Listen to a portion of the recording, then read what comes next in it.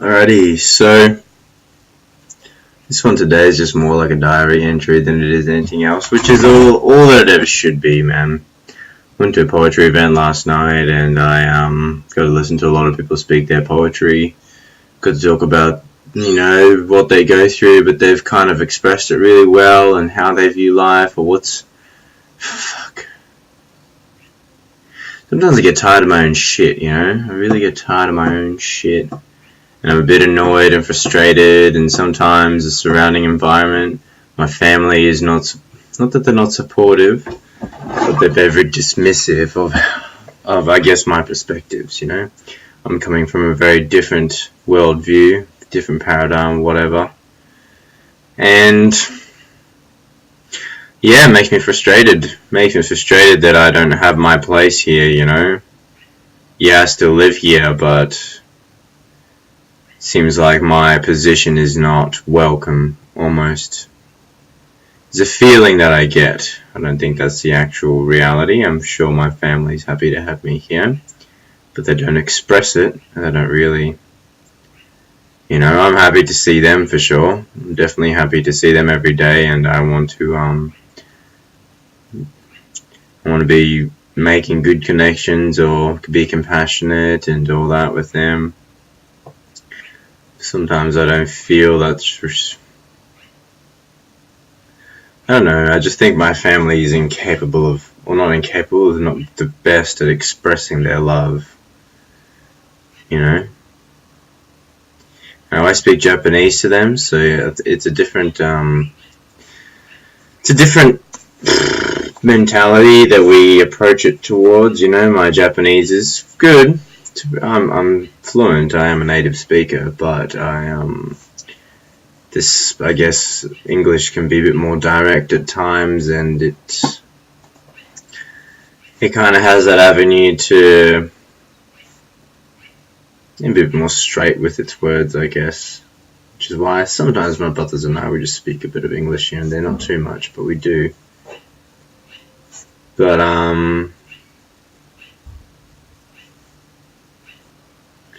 yeah, my sanity. It's weird, I wake up sad a lot of the days here. You'd think that you wake up happy, but it's never really the case.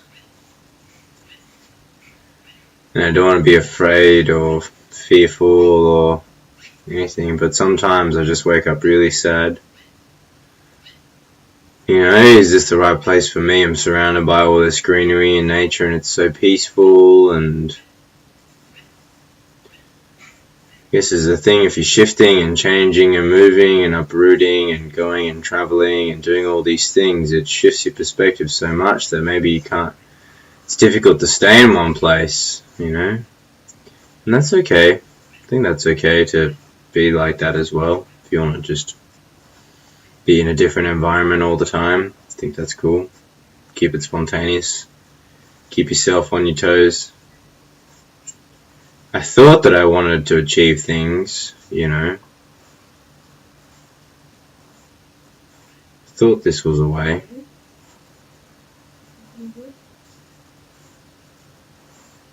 Maybe I still do. Maybe I still do want to achieve things, and I still want to accomplish or maintain something. I'm doing my meditations every day. I didn't finish the hour last night. I did half an hour or 20 minutes, and I was just getting very tired and sleepy. I probably could have. I really could have. It's just an excuse. I could have gone through. That's the whole process of it, to be equanimous to whatever may be the circumstances around you, and that's the challenge. It's not an easy challenge, but that's the challenge, and that's what we're going for in Vipassana meditation. Vipassana is purely observation, so to be able to stand back and observe the whole situation, even your own emotions and your own mental attitudes, and to be able to remain in your stillness and stand there and be empowered in what, not to be too conflicted or too thrown about by external influences or anything like that. So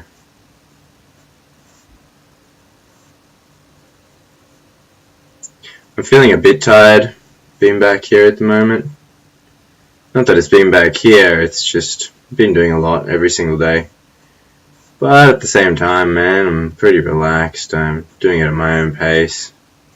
But I'm just making sure that I am doing, I want to make sure that I am doing and moving and not just being stuck, no matter how, challenging it is for me to, I don't know, I'm fighting myself every day, I really am just fighting myself every day and challenging your own self to get up and exercise and meditate, read. I enjoy these things, but, I'm not a university, I'm not a student anywhere, I'm not working full time. I'm trying to find a lot of freelance work at the moment. Freelance work with, I've managed to pick up a job as a helping hand at a framing shop. So just, sanding down frames and bogging it and putting hangers and screwing it all together and using my hands, which is great. They're skills that I do have, so those are applicable. And also I went and spoke to someone about becoming a massage therapist at their gym yesterday, so I'll probably be looking into that. These are all good and great avenues, but I don't know, I can't see them as being my end-all, is-all, but during my meditation just then I was thinking about what I could do with my friend has a program in Melbourne called Smiling Seeds, and Smiling Seeds is a program where you're teaching kids about mindfulness, but not directly about mindfulness. We try to incorporate mindfulness exercises, breathing techniques, and I guess for me it's theatre games or just games, just games that help kids to activate their bodies and activate their minds a little bit and control themselves and learn to be in charge of their own bodies a little bit more, so that when they can move, they can move, and when they can slow down, they can slow down. So I was thinking about a couple of things that I could do for that in regards to what's doable and what's not, or what I could incorporate. The children hold the future to our, to this planet and to our civilization. I like that. Yesterday I was listening to a podcast, Michael Tazari and David Whitehead. Matthew, I forgot his last name, but he's a gentleman that's studying or has been studying a lot of Walter Russell's work on light and consciousness, and I was listening to the podcast, and the great thing that he said, and I've heard this quote before, but just, I don't know, reinforced it in me when I heard it yesterday, was, we're not here to save the world, we're here to save civilization. That's what we're here to do. Well, that seems to be the issue. The world, once we go and die, and if we destroy ourselves, the world will probably still be here. Who knows, man? We could have enough nukes to maybe crack the world, break the planet. We potentially could break the planet. Got the dog staring at me right now. He's a good dog. I'll go for a little walk later with him. I just want to go out to the forest and be weird. I want to be weird, man. I'm a weird dude. I'm a really weird dude. And I'm really, maybe this weirdness is great in those moments where you've got more weird people around you and you have that safety to express it, because, well, you know what? In the end, there is no such thing as you can't express it anywhere. People are just going to look at you and judge you and, have mental remarks about you inside of their brains, and that's it. And you, could deal with that or express that. But there are certain issues that I guess, certain philosophies and certain beliefs that I live by that I would like to be able to talk about. Issues that are important to me. Such as minimizing your meat intake, reducing, animal products so that we can slowly go down to minimizing hate in this world, man. Hate, destruction, fear. Making a conscious change as to what you eat, making a conscious decision in what you are putting into your body and why you do that, why you would make such a change. I think that's one of the key key ideas as to why is that important for you to do that, and why it would be such a catalyst for you to shift your ideas and beliefs to change how you live your life. And food is so important to us. It's so personal to us. So personal to us that more than you could probably imagine. Making those shifts, for me to be able to speak out about those sort of issues. So, because as I said, it's very personal to people. So, some people can handle it and some people can't. Some people retreat back into their recluse and deny the existence of what I'm talking about, or scoff and laugh and continue to eat the flesh, And once again, man, I'm doing my best to be vegetarian. Sometimes I'll falter, or sometimes I'll eat some meat or ham, or had some tuna, had half a ham sandwich yesterday and some tuna. Haven't had meat in about a few days, but still, I'm doing my best. But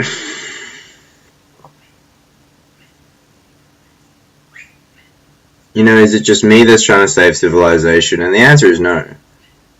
I know logically that it is not just me, and guess what? There are people doing much more influential work than I could be doing, And in places that I don't know that things are happening that I can't conceive, yet there's so much goodness in this world. And when there's so much goodness in this world, it makes me think, fuck, well, what do I need to do then? What's the point? I'm not fighting for anything, What am I really fighting for? Everywhere I look, there's goodness. Everywhere I look, it's peaceful. People are just living their lives. People are just living their lives. Question is, are people living their lives healthily?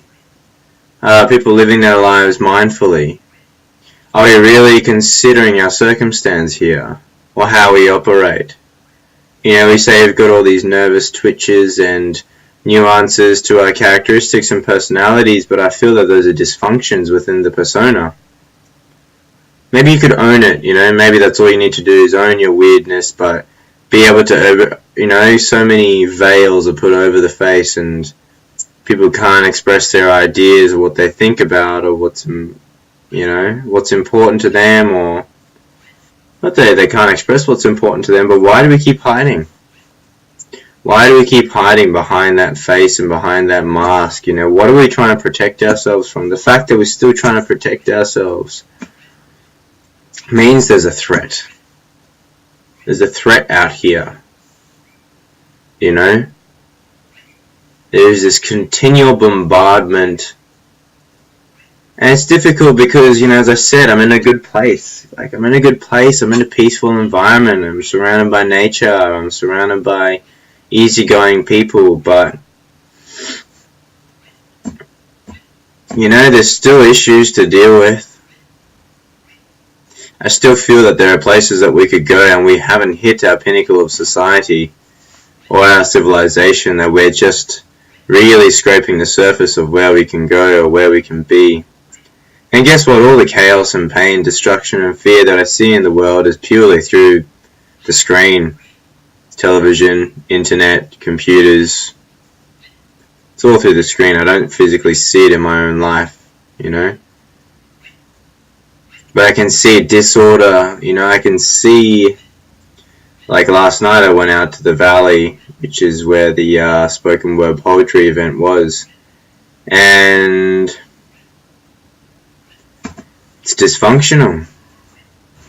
It is dysfunctional, and there are dysfunctional people there, and there are people that are not living healthily, and that people are addicted to so many drugs and so many vices, living blindly, consuming alcohol copiously. It wasn't copiously that I was seeing yesterday, but, people being reclused, people not talking to each other, people not opening up to each other, and I get it, it's hard, it's difficult, I talked to one girl on the train, and that was, it was overcoming a boundary for me as well. I talked to her, and there was another guy that sat down, and immediately my reaction was go with momentum and talk to him, but he had headphones on, he was listening to music or whatever, so I didn't really approach him. Later on, I just spoke a word to him when he was looking around to see what station we were at.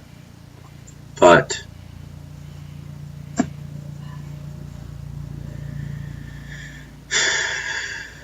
I guess I don't know where I'm taking it. I don't know where I'm taking myself. I don't know where I'm going in life. I feel like I want to save the world, but sometimes I look around and it seems like the world is saving itself. There are people doing things that are empowering each other and empowering, the worldview around them and having a good time and enjoying the process whilst being here. Then what am I here to do? What am I here to do? What is my purpose here if not, do I just enjoy myself? Is that all it is? Is that really all it is? All there is to it, that I just purely enjoy myself? What it is that I do that I enjoy myself? What do I do to enjoy myself?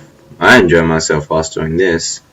I may not look like I'm really enjoying myself, but I am having a good time. I'm feeling peaceful, relaxed. I'm expressing how I think and feel.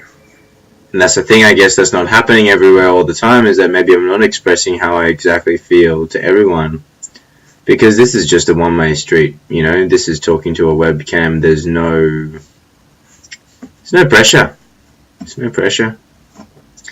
There's no one else's, or maybe, I still fight my own ego, my own ego of insecurities and fears and prejudice judgments. So I still have these. As much as I'd like to say that I don't, I still do have these.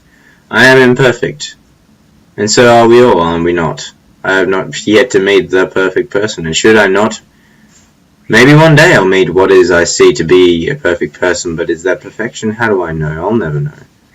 Unless I see that they're flawed, I can't see that they're perfect. It's in my own nature. It's in my nature to be flawed.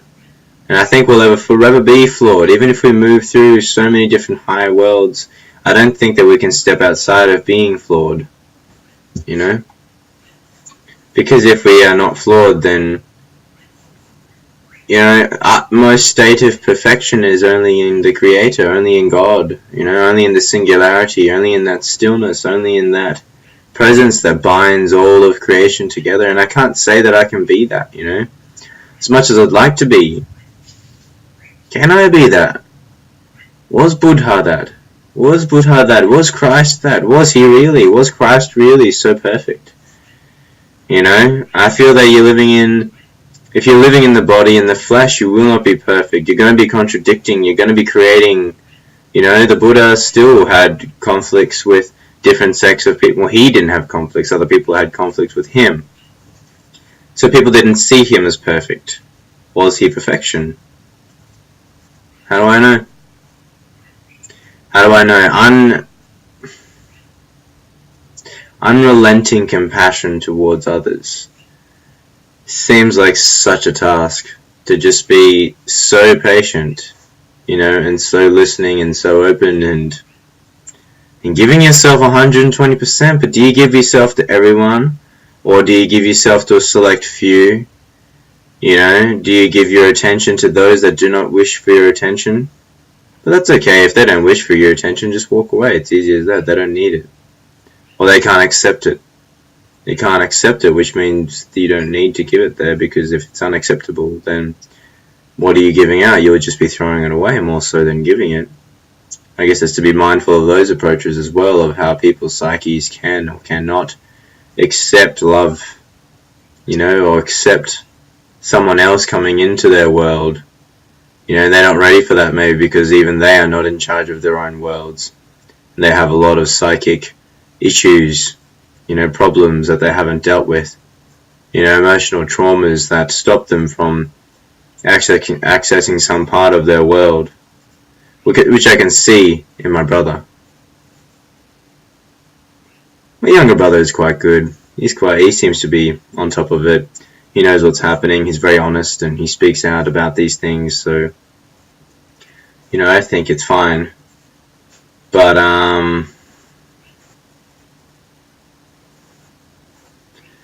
my older brother is a little bit dismissive of my ideas and does not wish to hear anything that's got to do with spirituality, or maybe which that I speak of. I'm speaking from a place that I am comfortable right now. but I can admit that I'm not always speaking from this place, but it just requires my honesty. Yeah, that's all it is. It just requires my honesty. To be honest in every single moment, to say I don't give a fuck. Don't give a fuck about these ideas. And is that okay for me to say that? I just don't care. I do care about so many things, but polarity-wise, I don't care about so many things, you know? So many notions of people's characteristics that I just don't have a... You know, I don't really like it. I don't like it. And... at least I can be honest within myself. Maybe need not express it every single time, but I can at least be honest in myself that I don't like that, and I just want to walk away from the things that I don't like. I used to be the person that just be like, I don't like it, and question why I don't like it, and then I would try to overcome it. And I think that's okay in a sense, but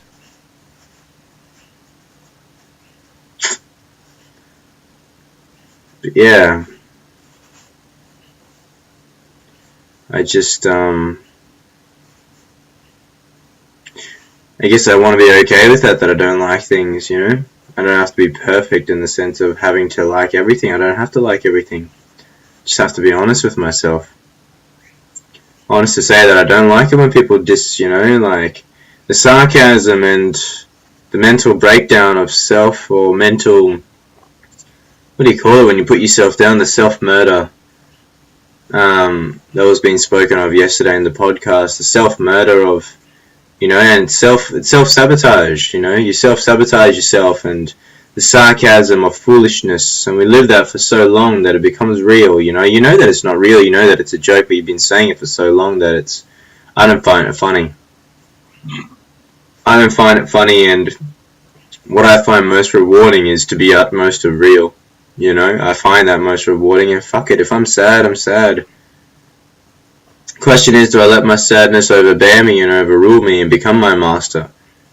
And the question is, that so, but the answer is no.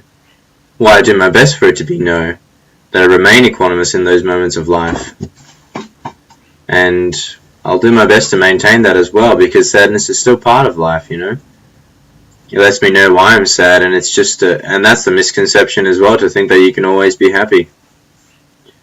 That's the ultimate deceit, you know. Happiness is a polarized emotion. Happiness is the opposite of sadness. Equanimity stands in the middle of each. Equanimity stands in the middle of everything, you know. To be equanimous, to be balanced, the fulcrum, you know, the pinpoint where the pendulum swings from. That's in everything. It's the middle point. And that's where truth of reality lies, is where I believe it to be so. Yeah, we have polarizing, you know, experiences, polarizing way we speak to each other, and dualistic conversations. It is the way of the world right now, but I don't want to always participate in that, you know. It's quite tiring, mentally tiring if you're trying to be that. Sometimes I wish not to speak anything, but then people look at you weirdly thinking, man, this guy doesn't talk.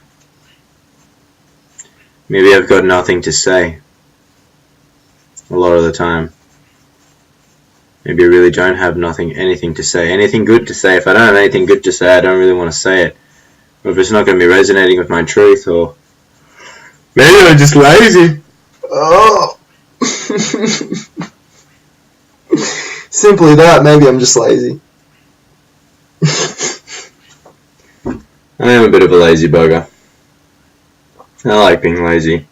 Not all the time. I like being productive and lazy. I understand the two poles. So I'll do my best to make sure I'm balanced within it. You know, I've been relaxing. Well, I'm not relaxing. I just had an hour meditation then. It's not easy. But it was peaceful. Now I'm sitting down. I'm having this conversation.